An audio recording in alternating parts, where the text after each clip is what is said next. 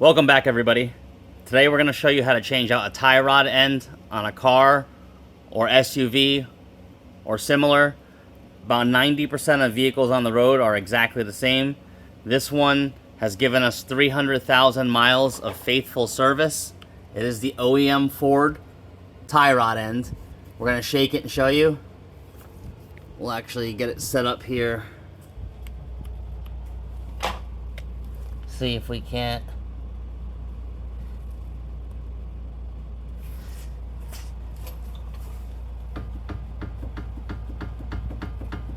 That tie rod end has pretty much reached the end of its life. So we're going to change it out. It's really simple to change out.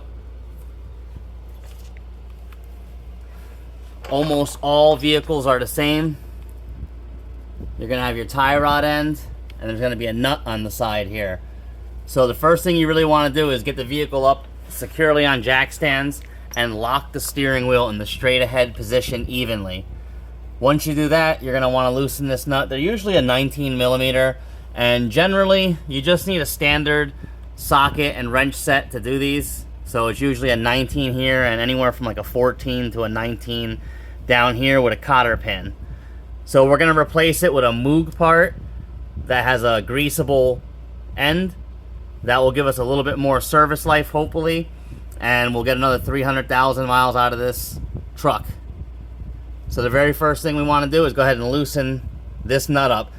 Just crack it and leave it resting up against the tie rod end. Okay, what we've done is we've loosened this nut here and real simply just used an adjustable wrench. This shouldn't be very tight. So what you're going to do is just run it back a few threads, back and forth, make sure it's loose, and then go ahead and snug it back up against that tie rod end and leave it. Now we're going to start working on the lower nut here, which is probably an 18 or a 19. Alright, we have a cotter pin here. We're going to remove that and then remove this nut. Alright, we removed the nut and the cotter pin. It was very easy. Again, it's not very tight. Since this is old, we know it's worn out, we're just going to use a pickle fork and bust it out. Okay, we're set up to remove it. Now, there are a couple different pickle forks you can get. This one here is a skinny one. And this one here is a bigger one, as you can see.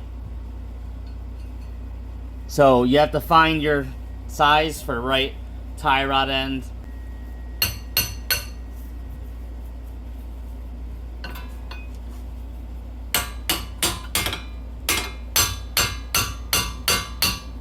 Alright, we got that smaller one in.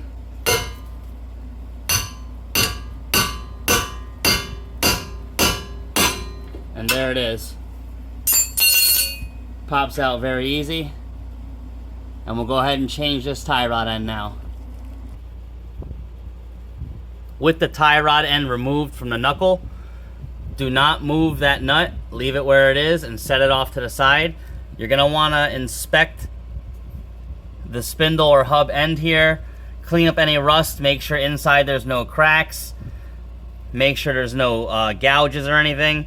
And then we're going to go ahead and remove this tie rod end by carefully unthreading it, counting the threads as you go out, meaning start from a point, either this side or the other side, rotate it and count it going out. Do the same thing going back on with the next one. Okay, we got the area cleaned out. We wire brushed it and hit it with some brake clean. It's good enough. Go ahead and start removing this tie rod end slowly and just counting the threads going out. So that would be 1, 2, 3, and so on.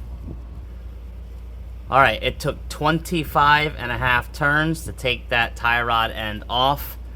This is a 300,000 mile tie rod end. The boot didn't fail, that's from us breaking it apart, but as you can see, it's dried up in there. But it gave faithful service. So we got a new part. This is a Moog. It's a problem solver. It's got a greasable head, and it comes with new nut, new cotter pin, and the Zerk fitting for the end. So we'll spin this thing back on and see if we get 25.5 turns in. All right, we got it on. It fits perfect. It actually went like 25 3/4 or 26. So either way, we're getting an alignment after this, and you should get an alignment after changing any suspension components. But this will get you close enough in the ballpark to drive there. So we're gonna go ahead and put the nut back on, put the grease fitting in, and put the cotter pin in. All right, the new tie rod is in, and as you see, we're shaking it here, and there's no play, no noise, everything's tight. Cotter pin is in, the nut is in. Now make sure you look up your torque specs. They're not overly tight. Now, this one required 41 foot-pounds, but some of them go as low as 18 foot-pounds. Just make sure you check online or with a known resource. A lot of auto part stores will give you the torque spec for things. It shouldn't really need any grease right now. They come pre-greased from the factory, so just leave it alone. Put the Zerk fitting in there. Don't put it in too tight. On your next oil change, you can squirt a little grease in there. But that's really it. Super easy. Again, go get an alignment afterwards when you change any suspension components. If you like this content, smash the like button, comment, share, subscribe.